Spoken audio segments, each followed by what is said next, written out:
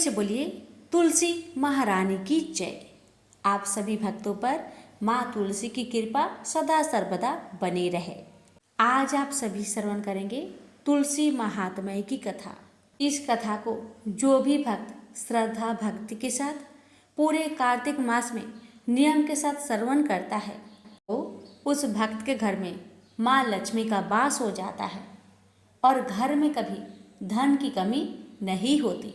इसलिए भक्तों इस कथा को बड़े ही श्रद्धा भाव से प्रसन्नचित मन से पूरा श्रवण करें, क्योंकि आधा अधूरा कथा श्रवण करने से व्रत का कथा का पूर्ण फल प्राप्त नहीं होता। इसलिए कथा को बड़े ही श्रद्धा से पूरा अवश्य सुनेगा और कमेंट बॉक्स में जय श्री हरि अवश्य लिखिएगा। प्रेम से बोलिए तुलसी महारानी की जय।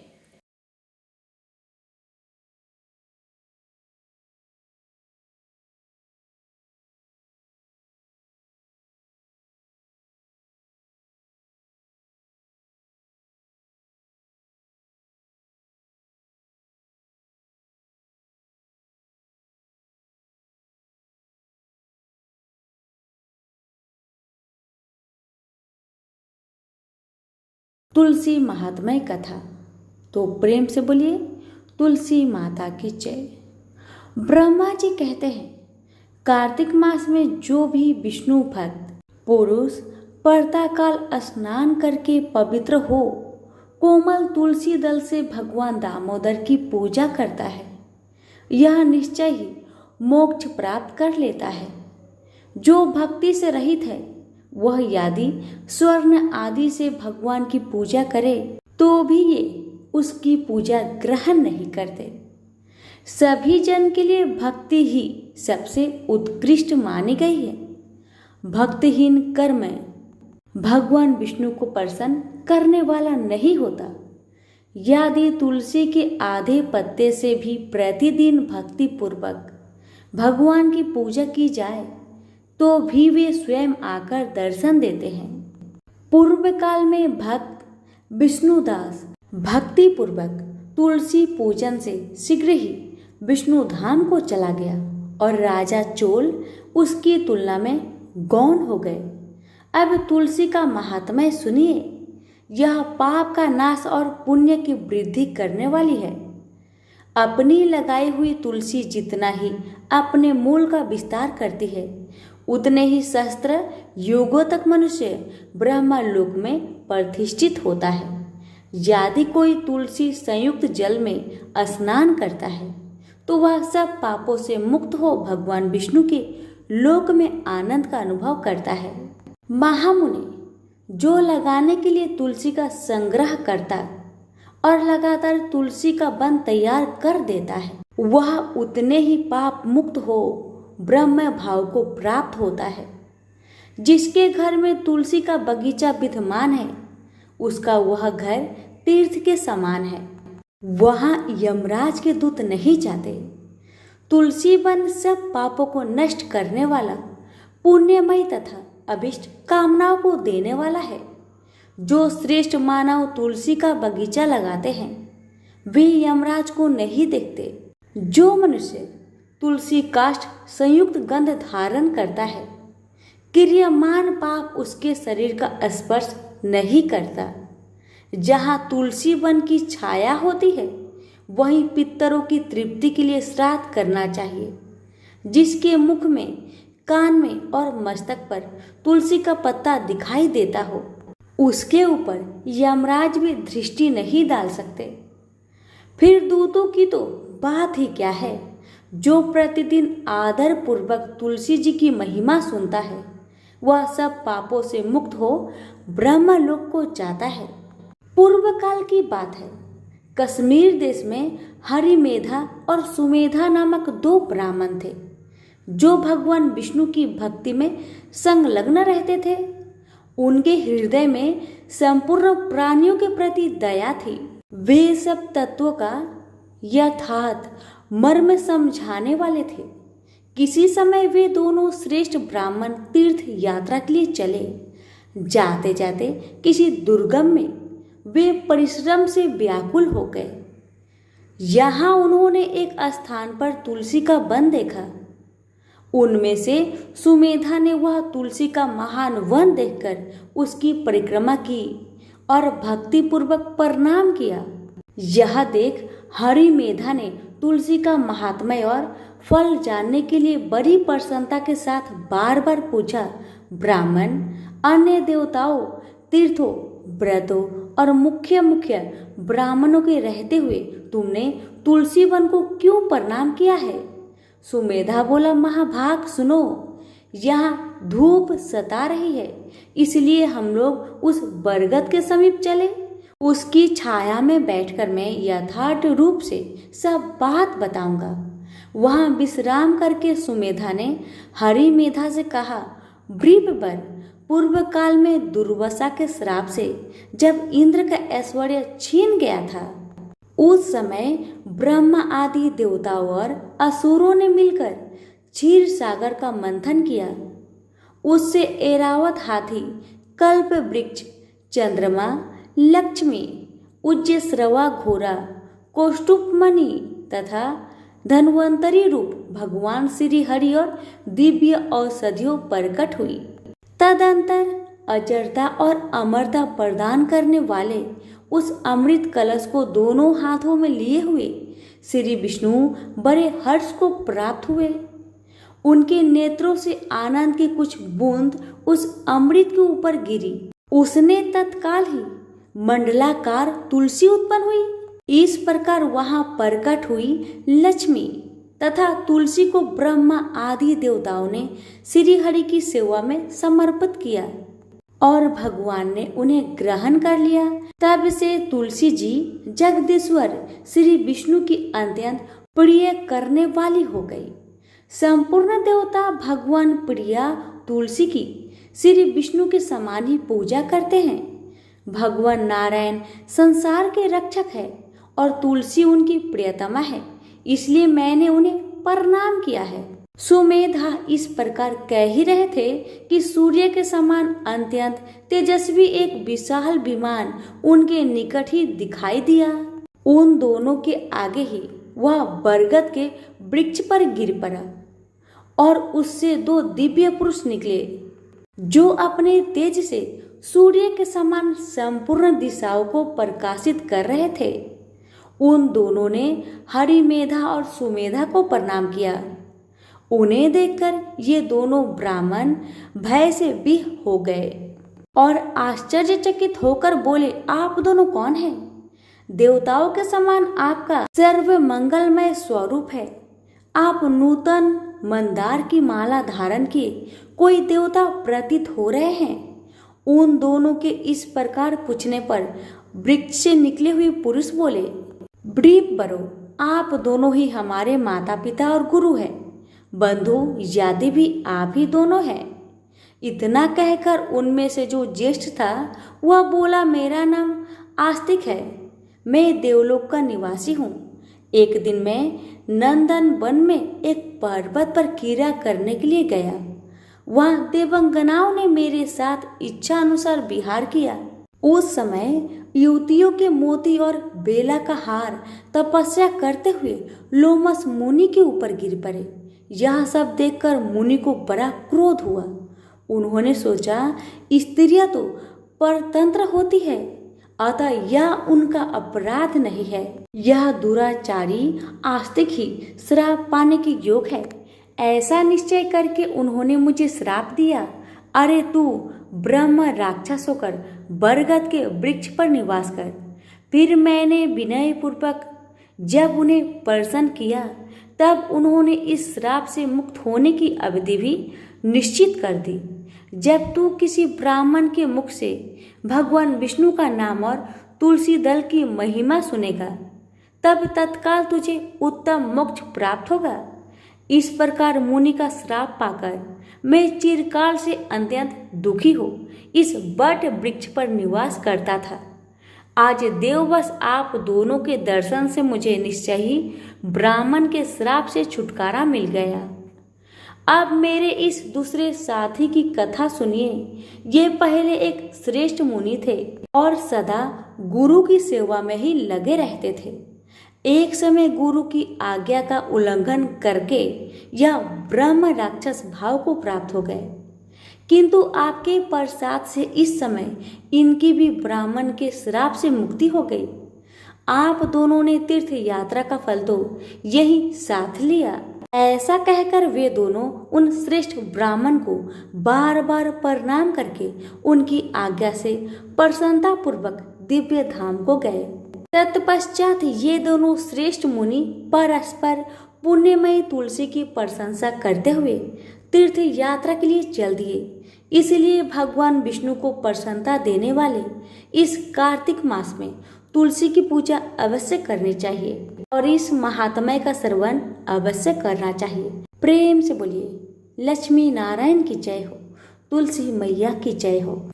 एक बुढ़िया माई तुलसी जी को सींचती और कहती कि हे तुलसी माता, सत की दाता, मैं तेरा बिरला सींचती हूँ, मुझे बाहु दे, पीताम्बर की धोती दे, मीठा मीठा घास दे, बैकुंठा में बास दे, चटक की चाल दे, पाटक की मौत दे, चंदन का काठ दे, रानी सा राज दे, दाल भात का भोजन दे, 11 की मौत दे, कृष्णा जी का कांधा दे। तब तुलसी माता यह सुनकर सूखने लगी तो भगवान ने पूछा कि हे तुलसी, तुम क्यों सूख रही हो? तुलसी माता ने कहा कि एक बुढ़िया रोज आती है और यही बात कह जाती है, मैं सब बात तो पूरा कर दूंगी, लेकिन कृष्ण का कंधा कहाँ से लाऊंगी? तो भगवान बोले, जब वो मरेगी तो मैं अपने आप ही कंधा देने आऊंगा। तू बुढ़िया माई से कह देना। जब बुढ़िया माई मर गई, सब लोग आ गए। जब माई को ले जाने लगे तो वह किसी से न उठी। तब भगवान एक 12 बरस के बालक का रूप धारण करके आए।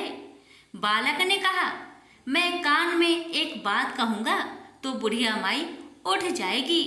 बालक ने कान में कहा, बुढ़िया माई मन की निकाल ले, पीताम्बर की धोती ले, मीठा मीठा ग्रास ले, बैकुंठा में बास ले, चटक की चाल ले, पाटक की मौत ले, कृष्ण जी का कांधा ले। यह सुनकर बुढ़िया माई हल्की हो गई। भगवान ने कंधा दिया और बुढ़िया माई को मुक्ति मिल गई। हे तुलसी माता, जैसे बुढ़िया माई को मुक्ति दी वैसे सबको देना। प्रेम से बोलिए तुलसी महारानी की जय। पौराणिक कथा के अनुसार एक बार लक्ष्मी माँ सरस्वती और माँ गंगा के बीच किसी बात को लेकर बहस हो जाती है और यह बहस इतनी ज्यादा बढ़ जाती है कि एक दूसरे को श्राप दे देती है। गंगा माँ ने माता लक्ष्मी से कहा कि तुमने मुझे नदी का बेग बनाया है, तो मैं तुम्हें श्राप देती हूँ कि तुम एक पौधा बन जाओ जो वृंदा बनकर बाद में तुलसी का पौधा बने। तभी वहां माँ पार्वती आ जाती है और कहती है कि आखिर आप लोग एक दूसरे से क्यों लड़ रहे हो। माँ गंगा कहती है कि लक्ष्मी मेरे ऊपर हंसी है, इसलिए मैंने श्राप दे दिया। इस बात पर माँ पार्वती कहती है कि आप लोग ने गुस्से में एक दूसरे को श्राप दे दिया, लेकिन इस बात का भान है कि आप श्राप के कारण कितना कष्ट झेलना पड़ता है। माँ पार्वती कहती है कि 84 लाख योनियों में से 20 लाख योनियां वृक्ष और पौधे की है। लक्ष्मी, तो आप बताइए कि एक बार पौधे के रूप में धरती में जाने के बाद आपको वृक्ष या पौधे के रूप में किस किस योनि पर रहना पड़ेगा। माँ लक्ष्मी को अपने भूल का पछतावा हुआ और उन्होंने माँ पार्वती से सहायता मांगी और कहा कि कुछ ऐसा ही हो सकता है कि 20 लाख योनिया में से एक बार मैं ही छूट जाऊं। ऐसे में माँ पार्वती ने कहा कि इस शाम का हल मेरे पास तो नहीं है, लेकिन इसका हल महादेव ही बता सकते हैं। महादेव ही है जो हर तरह की योनि से छुटकारा दिला सकते हैं। तब माँ पार्वती ने भोलेनाथ से कहा कि कोई ऐसा उपाय बतलाइए प्रभु कि माँ लक्ष्मी तुलसी के बाद किसी अन्य योनि का दुख ना भोगे। तब महादेव ने इस उपाय को बताया। कार्तिक माह में लक्ष्मी जी ने तुलसी की कुआरे के रूप में प्रकट हुई। कहा जाता है कि द्वादशी तिथि के दिन तुलसी के पौधे में लगी मंजरी को तोड़कर शालिग्राम को अर्पित कर दे। ऐसा करने से माँ लक्ष्मी का पौधे की योनि से मुक्ति मिल जाती है और वह किसी अन्य पेड़ पौधे की योनि में नहीं जाती है और मोक्ष पा लेती है। इसके साथ ही ऐसा करने से व्यक्ति को माँ लक्ष्मी का सुख समृद्धि, धन संपदा, ऐश्वर्य का आशीर्वाद देती है। तुलसी मंजरी को भगवान कृष्ण को भी चढ़ाया जा सकता है। ऐसा करने से माँ लक्ष्मी के साथ कृष्ण भगवान प्रसन्न होते हैं। प्रेम से बोलिए तुलसी माता की जय, लक्ष्मी नारायण की जय। तुलसी माता और गणेश भगवान की कथा। भगवान श्री गणेश को तुलसी नहीं चढ़ती। इसके पीछे पुराणों में एक रोचक कथा मिलती है। एक समय में धर्मात्मज नाम के राजा हुआ करते। उनकी कन्या तुलसी यौन अवस्था में थी। अपने विवाह की इच्छा लेकर तीर्थ यात्रा पर निकल पड़ी। उन्होंने कई जगह की यात्रा की। एक स्थान पर उन्हें तरुणावस्था में भगवान श्री गणेश को तपस्या में लीन देखा। भगवान गणेश का रूप अत्यंत मोहक और आकर्षक था। तुलसी भगवान गणेश के इस रूप पर मोहित हो गई और अपने विवाह का प्रस्ताव उनके समक्ष रखने के लिए उनका ध्यान भंग कर दिया। भगवान गणेश ने स्वयं को ब्रह्मचारी बताते हुए तुलसी का विवाह प्रस्ताव ठुकरा दिया। तुलसी को भगवान गणेश के इस रूखे व्यवहार और अपना विवाह प्रस्ताव ठुकराए जाने से बहुत दुख हुआ और उन्होंने आवेश में आकर भगवान गणेश को 2 विवाह होने की श्राप दे दिया। इस पर श्री गणेश ने भी तुलसी को असुर से विवाह होने का श्राप दे डाला। बाद में तुलसी को अपनी भूल का एहसास हुआ और भगवान गणेश से क्षमा मांगी। ना तुम्हारा श्राप खाली जाएगा ना मेरा। मैं रिद्धि और सिद्धि का पति बनूंगा और तुम्हारा भी विवाह राक्षस जलांधर से अवश्य होगा। लेकिन अंत में तुम भगवान विष्णु और श्री कृष्ण की प्रिया बनोगी और कलयुग में भगवान विष्णु के साथ तुम्हें पौधे के रूप में पूजा जाएगा। लेकिन मेरी पूजा में तुलसी का प्रयोग नहीं किया जाएगा। प्रेम से बोलिए तुलसी माता की जय, गणेश भगवान की जय। कि एक ब्राह्मण था। वह प्रतिदिन मंदिर में जाता था। वह प्रतिदिन तुलसी माता की पूजा करता था। वह तुलसी माता से प्रतिदिन प्रार्थना करता था कि हे तुलसी महारानी, मेरे आनंद करना। तुलसी माता ने सोचा कि यह ब्राह्मण तो बहुत सीधा है और गरीब है और प्रतिदिन मेरी पूजा करता है। मुझे इसके लिए कुछ न कुछ जरूर करना चाहिए। तो तुलसी महारानी एक कन्या का रूप बनाकर बैठ गई और उस ब्राह्मण से बोली कि ब्राह्मण, मैं भी तेरे घर आना चाहती हूँ। ब्राह्मण ने सोचा कि 6 लड़कियां तो मेरे घर पहले से ही है और 7 लड़कियां का मैं कैसे पालन पोषण करूंगा। लड़कियां की शादी मैं कैसे कराऊंगा। मेरे पास तो कुछ ऐसा भी नहीं है।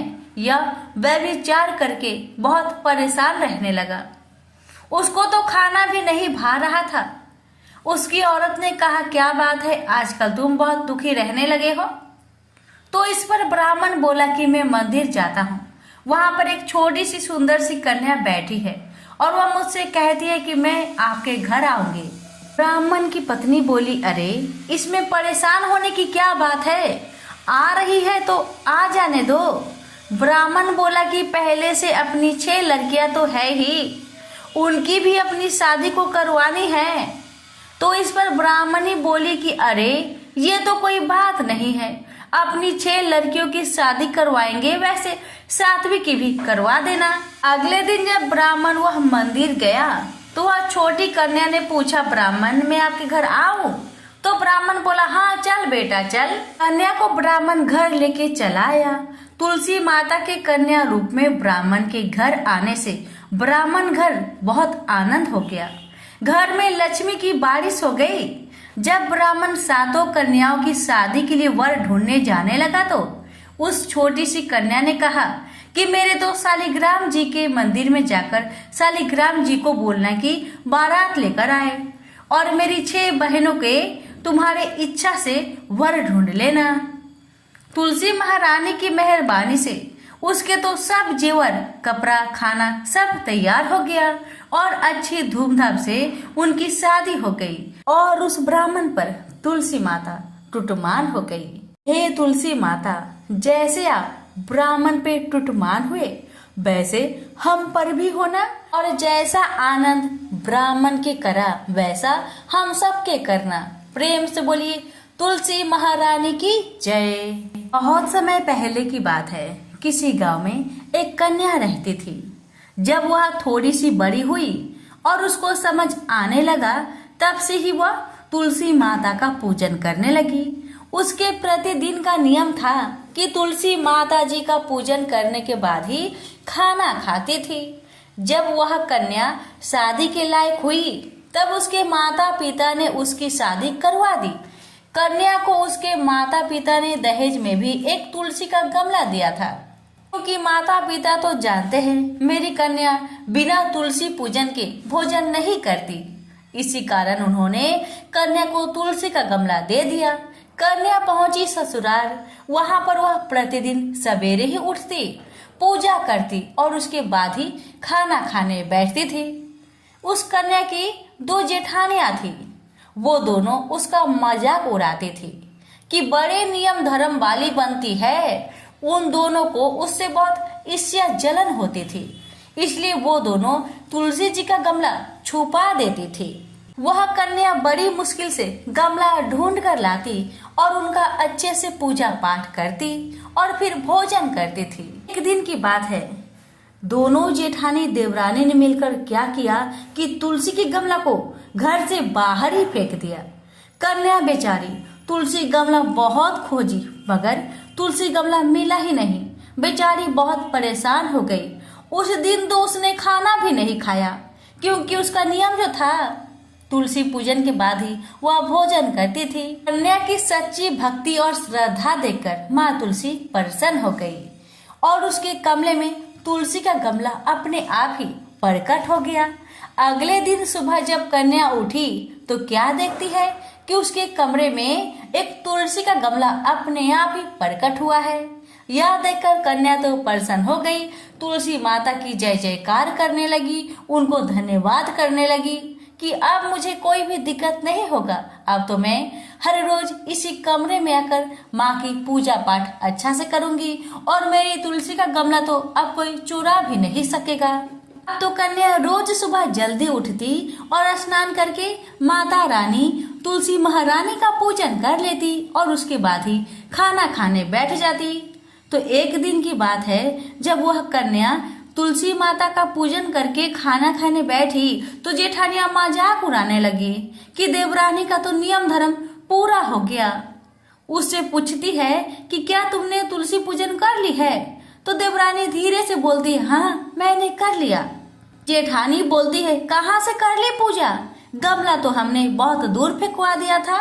तो देवरानी कहती है, आप लोगों को विश्वास नहीं है तो जाइए मेरे कमरे में जाकर देख लीजिए। जब दोनों जेठानियां उस कन्या के कमरे में जाती है, वहाँ पर बहुत सुंदर माँ तुलसी का गमला को पाती है। ये देखकर दोनों देवरानी जेठानी को अपनी गलती का एहसास हुआ। उन्होंने माँ तुलसी से क्षमा याचना की और अपनी देवरानी से भी क्षमा याचना की।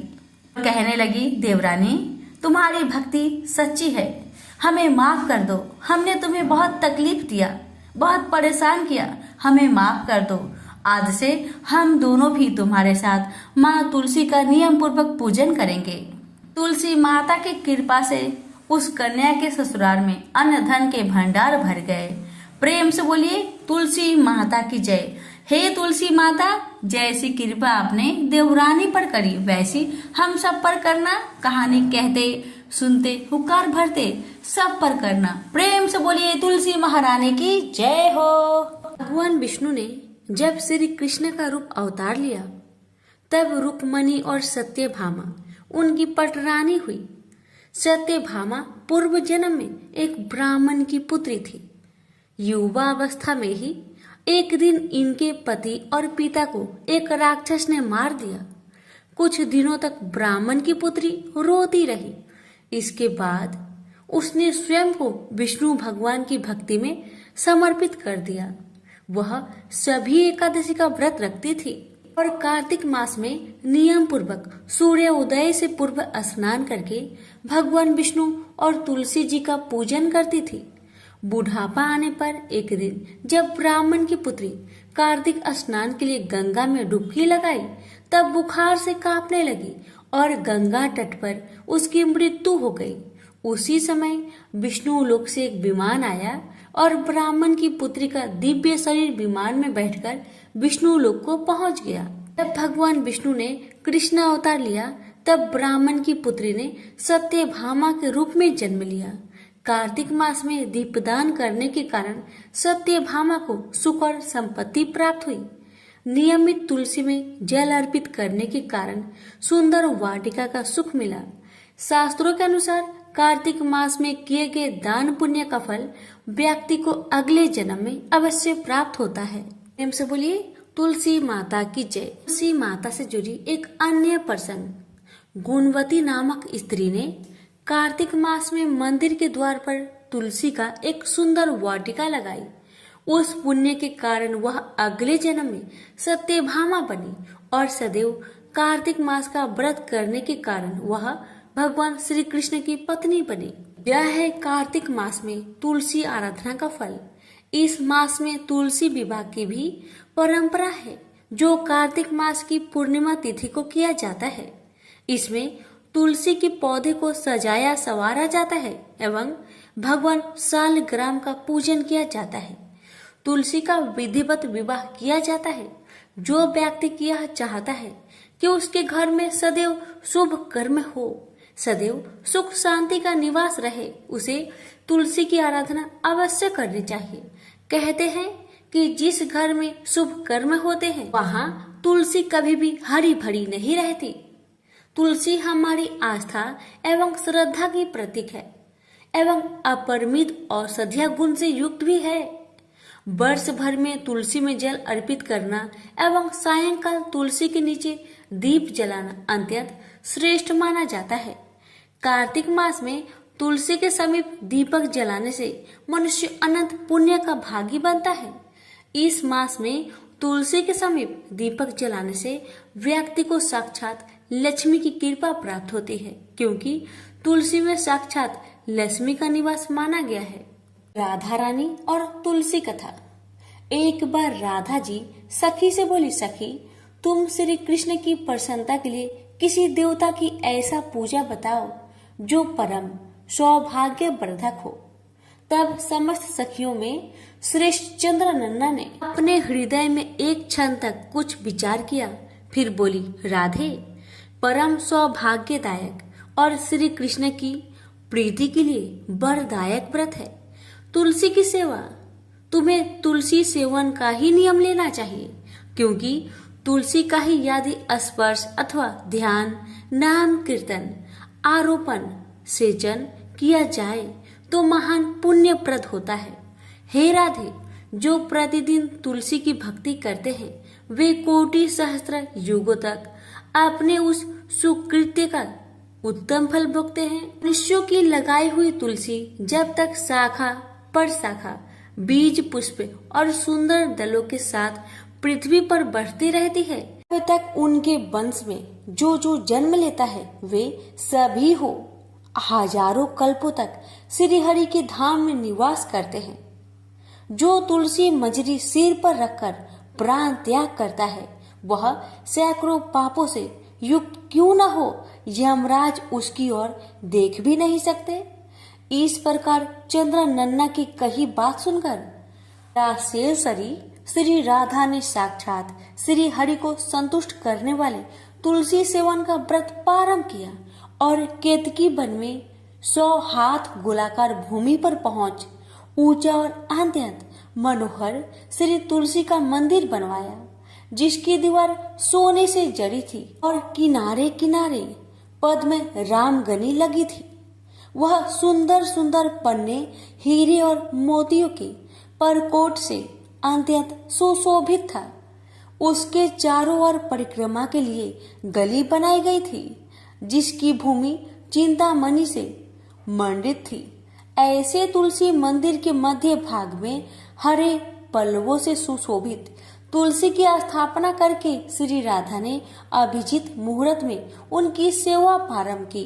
राधा जी ने आश्विन शुक्ला पूर्णिमा से लेकर चैत्र पूर्णिमा तक तुलसी सेवन व्रत का अनुष्ठान किया। व्रत आरंभ करके उन्होंने प्रतिमास पृथक पृथक रस से तुलसी को सींचा। कार्तिक महीने में दूध से, मार्गशीर्ष महीने में ईख के रस से, पौष में दक्षा रस से, माघ में बारहमासी आम के रस से, फाल्गुन मास में अनेक वस्तुओं से मिश्रित मिश्री के रस से और चैत्र मास में पंचामृत से उनका सिंचन किया और वैशाख कृष्ण प्रतिपदा के दिन उद्यापन का उत्सव किया। उन्होंने 2 लाख ब्राह्मण को 56 भोगों से तृप्त करके वस्त्र और आभूषण के साथ दक्षिणा दी। मोटे मोटे दिव्य मोतियों का 1 लाख भार और स्वर्ण का 1 कोटि भार श्री गंगाचार्य को दिया। उस समय आकाश से देवता तुलसी मंदिर पर फूलों की वर्षा करने लगे। उसी समय स्वर्ण सिंहासन पर विराजमान हरिप्रिया तुलसी देवी प्रकट हुई। उनके 4 भुजाएं थी, कमल दल के समान विशाल नेत्र थे। 16 वर्ष की सी अवस्था और श्याम कांति थी। मस्तक पर हेममय किरीट प्रकाशित था और कानों में कंचनमय कुंडल झलमला रहे थे। गरुड़ से उतरकर तुलसी देवी ने रंग वल्ली जैसी श्री राधा को अपनी भुजाओं से अंक में भर लिया और उनके मुख चंद्र का चुंबन किया। तुलसी बोली, कलावती राधे, मैं तुम्हारी भक्ति से प्रसन्न हूँ। यहाँ इंद्रिय मन बुद्धि और चित्त द्वारा जो मनोरथ तुमने किया है वह सब तुम्हारे सम्मुख सफल हो। इस प्रकार हरिप्रिया तुलसी को प्रणाम करके वृषभानु नंदिनी राधा ने उनसे कहा, देवी, गोविंद के युगल चरणों में मेरी आहुति की भक्ति बनी रहे। तब तथास्तु कहकर हरिप्रिया अंतर्ध्यान हो गई। इस प्रकार पृथ्वी पर जो मनुष्य श्री राधिका के इस विचित्र आख्यान को सुनता है वह भगवान को पाकर कृत्य कृत्य हो जाता है। प्रेम से बोलिए तुलसी माता की जय। एक बार देवराज इंद्र देवगुरु बृहस्पति के साथ भगवान शिव का दर्शन करने कैलाश गए। महादेव ने दोनों की परीक्षा लेनी चाहिए, इसलिए रूप बदलकर अवधूत बन गए। उनके शरीर पर कोई वस्त्र न था। उनका शरीर जलती हुई अग्नि के समान धधक रहा था और अत्यंत भयंकर नजर आते थे। अवधूत दोनों के रास्ते में खड़े हो गए। इंद्र ने एक विचित्र पुरुष को रास्ते में खड़े देखा तो चौंके। इंद्र को देवराज होने पर गर्व घेरने लगा। उन्होंने उस भयंकर पुरुष से पूछा, तुम कौन हो? भगवान शिव अभी कैलाश पर विराज रहे हैं या कहीं भ्रमण पर है? मैं उनके दर्शन के लिए आया हूँ। इंद्र ने कई प्रश्न किए, लेकिन वह पुरुष योगियों के समान मौन ही रहे। इंद्र को लगा कि एक साधारण प्राणी उनका अपमान कर रहा है। उनके मन में देवराज होने का अहंकार उपजा, जो क्रोध में बदल गया। इंद्र ने कहा, मेरे बराबर अनुरोध करने पर भी तू कुछ नहीं बोलकर मेरा अपमान कर रहा है। मैं तुझे अभी दंड देता हूँ। ऐसा कहकर इंद्र ने वज्र उठा लिया। भगवान शिव ने वज्र को उसी समय स्तंभित यानी जड़ कर दिया। इंद्र की बाह अकड़ गई। भगवान अवधूत क्रोध से लाल हो गए। बृहस्पति उनके चेहरे पर आई क्रोध की ज्वाला को देखकर समझ गए कि ऐसा प्रचंड स्वरूप महादेव के अतिरिक्त किसी का नहीं हो सकता। बृहस्पति शिव स्तुति गाने लगे। उन्होंने इंद्र को भी महादेव के चरणों में लेटा दिया और बोले, प्रभु, इंद्र आपके चरणों में पड़े हैं, आपके शरणागत है। आपके ललाट से प्रकट अग्नि इन्हें जलाने को बढ़ रही है। हम शरणागतों की रक्षा करें। बृहस्पति ने विनती की, प्रभु भक्तों पर आपकी सदा कृपा बरसती है। आप भक्त वत्सल और सर्वसम्मत है। आप इस तेज को कहीं और स्थान दे दीजिए ताकि इंद्र के प्राणों की रक्षा हो। भगवान रुद्र ने कहा, बृहस्पति मैं तुम पर बहुत प्रसन्न हूँ। इंद्र को जीवन दान देने के कारण तुम्हारा एक नाम जीव भी होगा। मेरे तीसरे नेत्र से प्रकट इस अग्नि का ताप देवता सहन नहीं कर सकते, इसलिए मैं इसको बहुत दूर छोड़ूंगा। महादेव ने उस तेज को हाथ में धारण कर समुद्र में फेंक दिया। वहां फेंके जाते ही भगवान शिव का वह तेज तत्काल एक बालक के रूप में परिवर्तित हो गया। सिंधु से उद्भव होने के कारण उसका नाम सिंधु पुत्र जलंधर प्रसिद्ध हुआ। जलंधर जिसका नाम शंखचूड़ भी हुआ, शिव के तेज से उत्पन्न हुआ था। इस कारण परम शक्तियों से संपन्न था। वह देवों से भी ज्यादा शक्तिवान था। वह उस तेज से पैदा हुआ था जो इंद्र को समाप्त करने वाला था। इसलिए असुरों ने उसे अपना राजा बनाया। अवधूत रूप में यह लीला करने के बाद महादेव अंतर्ध्यान हो गए। इंद्र के गर्व का भंजन भी हुआ, भगवान के दर्शन भी हो गए। तुलसी से जुड़ी एक कथा बहुत प्रचलित है। श्रीमद् देवी भागवत पुराण में इनके अवतरण की दिव्य लीला कथा भी बनाई गई है। एक बार शिव ने अपने तेज को समुद्र में फेंक दिया था। उससे एक महातेजस्वी बालक ने जन्म लिया। यह बालक आगे चलकर जालांधर के नाम से पराक्रमी दैत्य राजा बना। इसकी राजधानी का नाम जालांधर नगरी था। दैत्यराज काल नेमि की कन्या वृंदा का विवाह जालंधर से हुआ। जालंधर महाराक्षस था। अपनी सत्ता के मद में चूर उसने माता लक्ष्मी को पाने की कामना से युद्ध किया, परंतु समुद्र से ही उत्पन्न होने के कारण माता लक्ष्मी ने उसे अपने भाई के रूप में स्वीकार किया। वहां से पराजित होकर वह देवी पार्वती को पाने की लालसा से कैलाश पर्वत पर गया। भगवान देवाधिदेव शिव का ही रूप धरकर माता पार्वती के समीप गया, परंतु मां ने अपने योग बल से उसे तुरंत पहचान लिया तथा वहां से अंतर्ध्यान हो गई। देवी पार्वती ने क्रोध होकर सारा वृत्तांत भगवान विष्णु को सुनाया।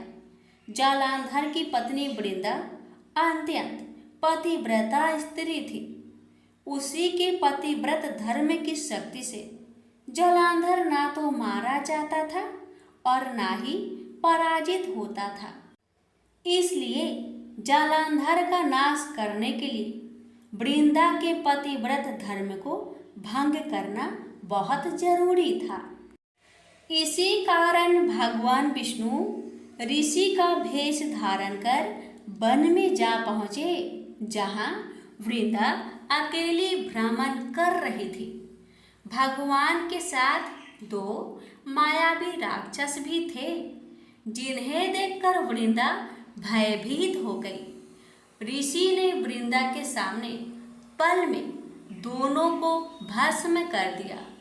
उनकी शक्ति देखकर वृंदा ने कैलाश पर्वत पर महादेव के साथ युद्ध कर रहे अपने पति जालंधर के बारे में पूछा।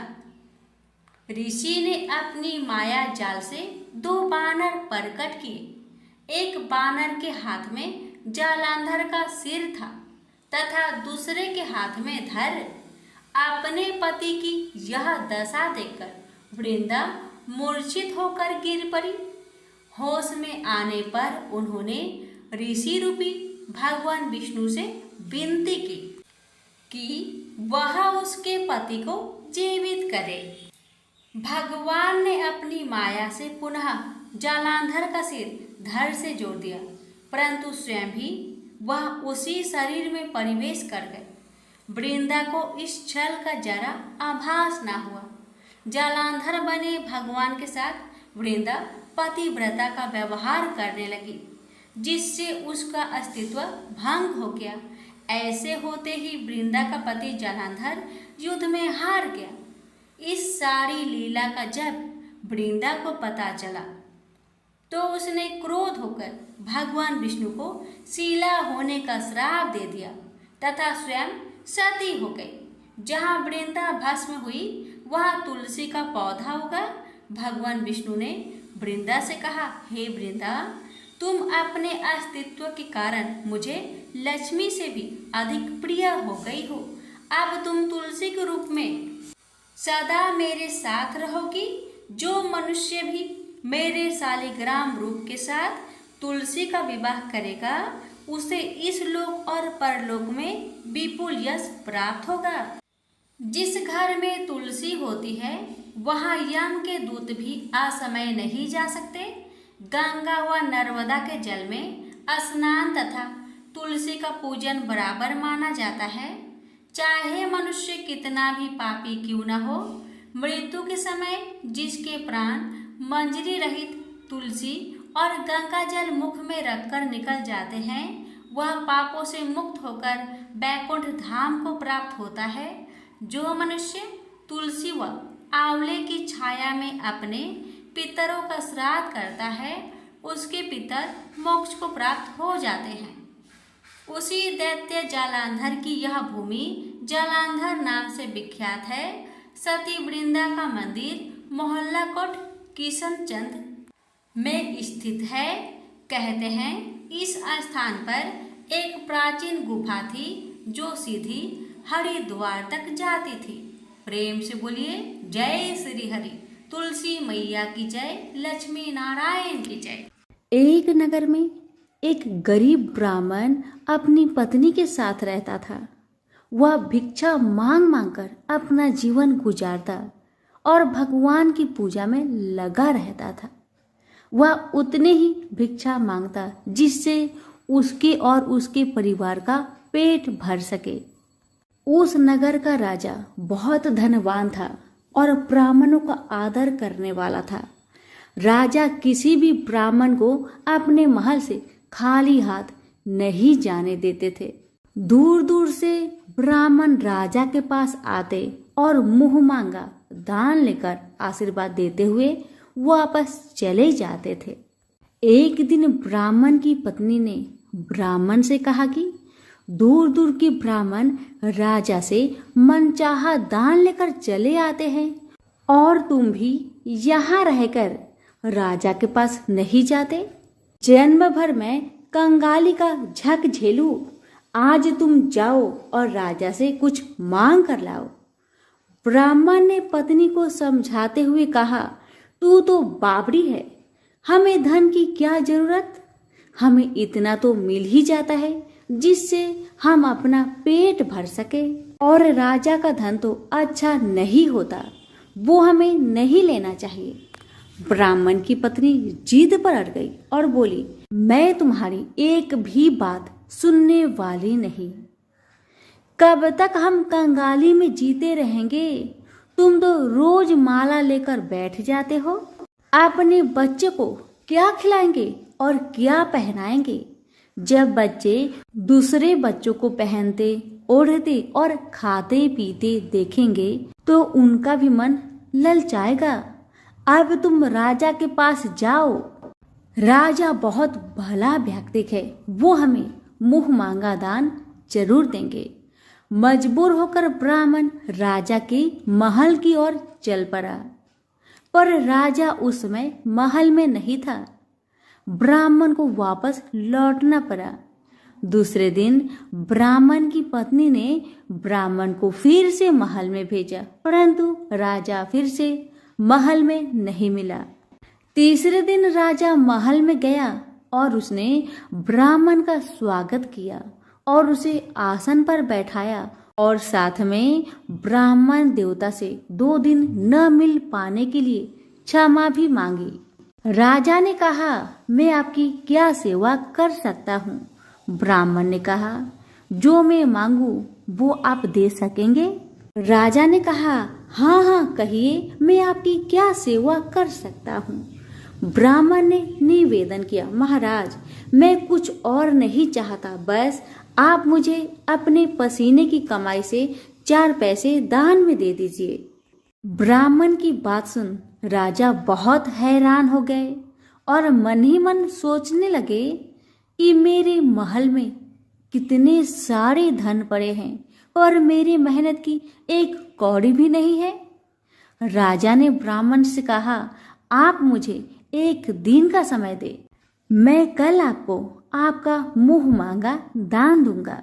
ब्राह्मण महल से अपने घर को खाली हाथ ही लौट आए। ब्राह्मण को खाली हाथ आता देख पत्नी बोली, क्या हुआ, राजा ने कुछ दिया नहीं?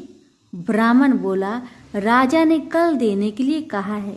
ब्राह्मण की पत्नी सोचने लगी, शायद इन्होंने बहुत सारा धन मांगा होगा और राजा को इसकी व्यवस्था करने में समय लग रहा होगा, इसलिए कल बुलाया है। दूसरी ओर राजा ने अपने राजसी कपड़े बदलकर फटे पुराने कपड़े पहने और मजदूर जैसा भेष बना लिया। जब राजा की पत्नी ने देखा और कारण पूछा तो राजा ने सब कुछ बताया। रानी बोली, मैं भी आपके साथ चलूंगी। राजा के हाँ कहने पर रानी भी पुरानी साड़ी पहनकर आ गई। इस प्रकार राजा रानी मजदूरी की तलाश में शहर निकले। लुहारों के मोहल्ले में जाकर राजा ने आवाज लगाई, किसी को मजदूर चाहिए? आखिरकार एक लुहार ने उन्हें बुला लिया, जो पहिए पर हाल चढ़ाने की तैयारी कर रहा था। उसने राजा से कहा, देखो तुम्हें पहले खलात ठोकनी पड़ेगी और जब आग आ जाए उसके बाद घन पिटना होगा। फिर रानी की ओर देखकर कहा, तुम्हें कुएं से पानी लेकर होदी भरनी होगी और कोयले वाले घर से कोयला लेकर भट्टी में डालना होगा। तुम दोनों के दिन भर काम करने के लिए मैं तुम्हें 2-2 आने दूंगा। अगर काम पसंद हो तो बोलो, नहीं तो अपना रास्ता नापो। राजा रानी लोहार के बताए काम को करने लगे। राजा खलात ठोकने लगा पर उससे काम ठीक से नहीं हो पा रहा था। लोहार नाराज होकर राजा को ठीक से काम करने के लिए कहता है। राजा जैसे तैसे अपना काम करने लगा। रानी भी कुएं से पानी भरकर लाने लगी। रानी के हाथ में फफोले पड़ गए। इसी तरह बड़ी कठिनाइयों से उसने पानी का हौज भरा। उसके बाद रानी कोयला लाकर भट्टी में डालने लगी। कोयला भरने के कारण रानी के गोरे गोरे हाथ और कपड़े काले पड़ गए। भट्टी में आग आने पर लुहार ने पात भट्टी में से निकालकर पहियों पर जमाई और एक घन अपने हाथ में लेकर और एक राजा के हाथ में देकर कहा, देखो बारी बारी से घन इस पर पटकना, हाथ इधर उधर ना होने पाए। राजा जोर जोर से घन पटकने लगा, लेकिन उसका निशाना ठीक नहीं बैठता था। कभी घन हाल पर गिरता तो कभी पहिए पर। मजदूरों का ऐसा काम देखकर लुहारिन बरबराती हुई आई और लोहार से कहने लगी, तुमने कहाँ से यह नौसिखिए मजदूर काम पर लगाए हैं? इनसे काम तो होगा नहीं। यह मजदूर तुम्हारा सब काम बिगाड़ देंगे। राजा रानी उन दोनों की फटाकर सुनते सुनते अपना काम मन लगाकर करते रहे। घन पटकते पटकते राजा का शरीर पसीना से तर तर हो गया और जोर शोर से सांस चलने लगी। रानी भी पानी भरते भरते और कोयला झोंकते झोंकते थक कर चूर हो गई। दोनों ने पूरे दिन बहुत मेहनत की। लुहार ने राजा रानी को 2-2 पैसे दिए, जिसे वो बड़ी खुशी खुशी लेकर महल आ गए। आज उन्हें पता चला कि मेहनत की कमाई कैसी होती है। राजा ने 4 पैसे अलग रख दिए और अगले दिन ब्राह्मण को बुलाकर उसे दे दिए। ब्राह्मण राजा को आशीर्वाद देकर घर लौटा और ब्राह्मणी से कहा, लो, मैं राजा के यहाँ से दक्षिणा ले आया हूँ। ब्राह्मणी खुश होकर दौड़ती हुई आई, पर जब उसने 4 पैसे देखे तो वह ठिठक कर रह गई और उन्हें दूर फेंक दिया। वो जल भूनकर ब्राह्मण से बोली, तुम जैसे दरिद्र राजा के यहाँ भी जाकर कुछ नहीं मांगा, शर्म भी नहीं आती। इतना कहकर रूठ कर चली गई और बहुत देर तक बरबराती रही।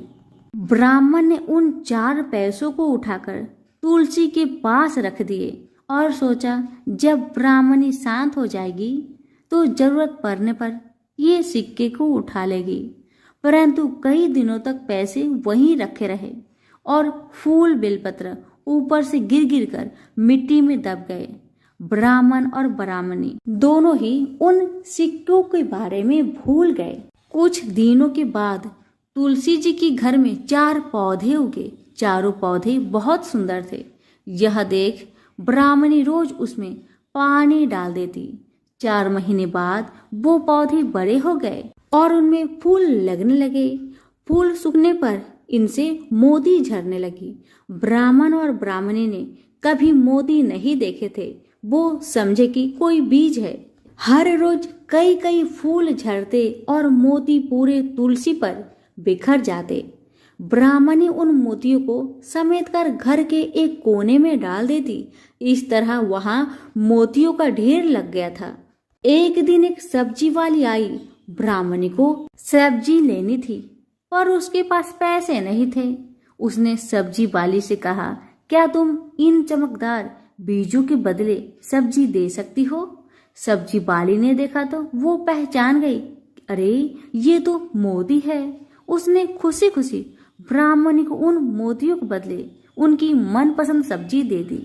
अब से हर रोज ऐसा होने लगा। ब्राह्मणी और सब्जी वाली दोनों खुश थे।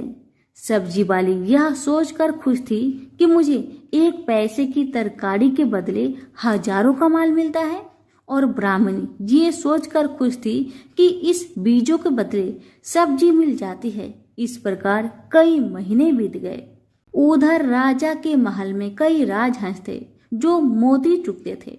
राजा का यह नियम था, जब राजहंस मोती चुग लेते थे उसके बाद ही राजा और उसका परिवार भोजन करता था। एक समय बाद राजा का सारा धन उन मोतियों और दान देने में खर्च हो गया। अब राजा को मोती खरीदने के पैसे तक नहीं बचे। यह खबर पूरे नगर में फैल गई। ब्राह्मण और ब्राह्मणी को जब यह पता चला तो उन्होंने यही विचार किया कि राजा बहुत दानी और नेक दिल है। उसने अपना सब कुछ दान कर दिया, यहाँ तक कि शायद उनके पास खाने को भी कुछ नहीं है। ऐसा हालत में हमें उन लोगों की सहायता करनी चाहिए। ब्राह्मण ने ब्राह्मणी से कहा, अगर तू कहे तो इसमें से कुछ बीज राजा को दे दूं। तू कहती है इससे सब्जी और खाने की चीज मिल जाते हैं। ब्राह्मणी ने कहा, हाँ, मैं रोज इसके बदले सौदा लिया करती हूँ। ऐसा कहकर ब्राह्मणी 1 टोकरी बीज भर लाई। ब्राह्मण राजा के पास पहुंचा और उसे वो मोती दिए और राजा को सारी बात बताई। राजा उन मोतियों को देखकर चौंक गया। उसने मोती राजहंस को दिए। राजहंस उन्हें चुगने लगे। यह देख राजा ने ब्राह्मण से कहा, एक एक मोती सैकड़ों रुपए का है। सच बताए, आपके पास इतने मोती कहाँ से आए? ब्राह्मण बोला, महाराज, ऐसे बीज तो हमारे घर पर बहुत है। और राजा को पूरी बात बताई। राजा अपने मंत्रियों के साथ ब्राह्मण के घर पहुंचे और उन चारों पेड़ों को देखा। पूछताछ में उन सिक्के वाली बात सामने आ गई। जब पेड़ों को देखा तो उनकी जड़ के पास वही सिक्के चिपके हुए थे। आज ब्राह्मण और ब्राह्मणी को मालूम हुआ कि उनके पास लाखों करोड़ों की दौलत है, जिसे वो साधारण बीज समझते थे। ब्राह्मण ने सोचा कि मेरे लिए यह धन किस काम का। ऐसा सोच ब्राह्मण ने सारे मोती राजा को दान में दे दिए। राजा की आंखें भी खुल गई। मेहनत के धन की कीमत उन्हें मालूम पड़ गई। उस दिन राजा ने प्रण कर लिया कि मैं खजाने के पैसे से एक भी पैसा अपने खर्च में नहीं लगाऊंगा। अपना खर्च मेहनत करके चलाऊंगा। खजाने और ब्राह्मण के दान से राजा ने जनता का हित में कई धर्म कर्म के काम शुरू कर दिए। हे तुलसी माता, जैसे आपने ब्राह्मण परिवार पे अपनी कृपा बरसाई, वैसे ही आपकी कथा कहने वाले, सुनने वाले, हुक्कारे भरने वालों पर अपनी कृपा सदा बनाए रखे। तो प्रेम से बोलिए तुलसी मैया की जय हो। प्यारे भक्तों, अब आइए जानते हैं कार्तिक मास से जुड़ी तुलसी माता की कुछ विशेष बातें। प्यारे भक्तों, आपको मैं बता दूं कि कार्तिक के महीने में तुलसी पौधे के नीचे घी का दीपक जलाना शुभ माना जाता है। और इसके साथ ही कार्तिक की महीने की 10वीं तिथि को तुलसी की लकड़ी का दीपक जलाकर भगवान विष्णु और माँ लक्ष्मी की पूजा की जाती है। इससे मनोवांछित फल की प्राप्ति होती है। सबसे पहले तुलसी की लकड़ी का दीपक जलाने के लिए 7 सूखी तुलसी की लकड़ियां इकट्ठा करें। और इसके बाद आपको एक तेल में भीगी हुई बाती ले और उसे लकड़ियों में लपेट दे। अब इस बाती को भगवान विष्णु के सामने जलाए। ऐसा करने से भगवान विष्णु मनवांछित फल प्रदान करते हैं। प्यारे भक्तों, आपको हम बता दें कि तुलसी का पौधा घर या आंगन के बीचों बीच ही लगाना चाहिए और तुलसी की पौधे में सुबह जल डालकर दक्षिणावर्त दिशा में 108 बार परिक्रमा करनी चाहिए। ऐसा करने से आपकी हर मनोकामना पूर्ण होती है, लेकिन वही कामना पूर्ण होगी जो आपके हित के लिए हो। और आपको मैं बता दूं, जब आप तुलसी का परिक्रमा करेंगे उस समय इस मंत्र का जाप करें, ओम नमो भगवते वासुदेवाय, या फिर इस मंत्र का जाप करें, ओम तुलसी माता नमः।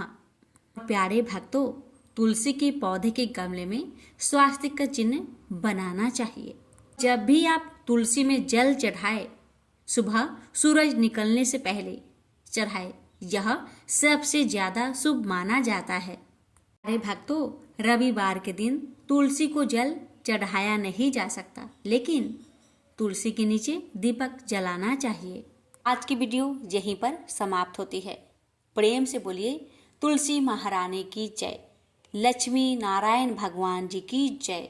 भगवान आप सभी भक्तों की सभी मनोकामना को पूर्ण करे, आप सभी स्वस्थ रहे, यही हम कामना करते हैं। जय तुलसी महारानी। सुनिए माँ तुलसी की आरती।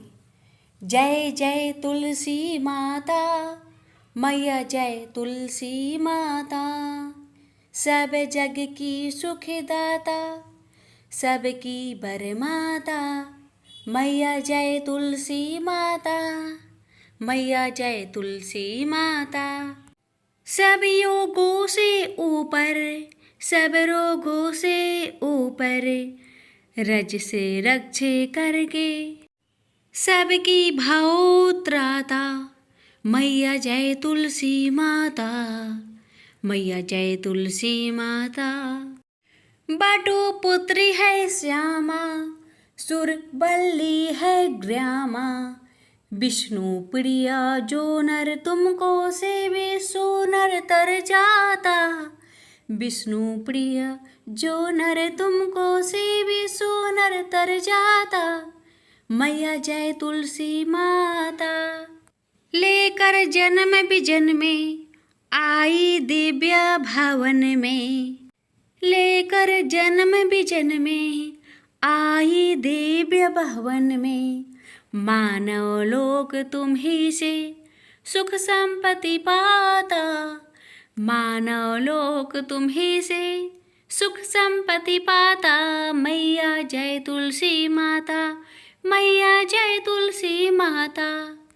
हरि को तुम अति प्यारी, श्याम वर्ण सुकुमारी, हरि को तुम अति प्यारी, श्याम वर्ण सुकुमारी, प्रेम अजब है उनका तुमसे कैसा नाता, प्रेम अजब है उनका तुमसे कैसा नाता, हमारी विपट हरो तुम, कृपा करो माता।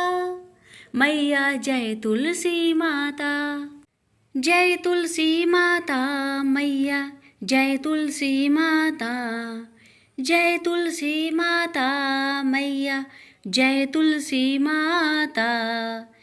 सब जग की सुख दाता, सबकी बरमाता, मैया जय तुलसी माता, मैया जय तुलसी माता।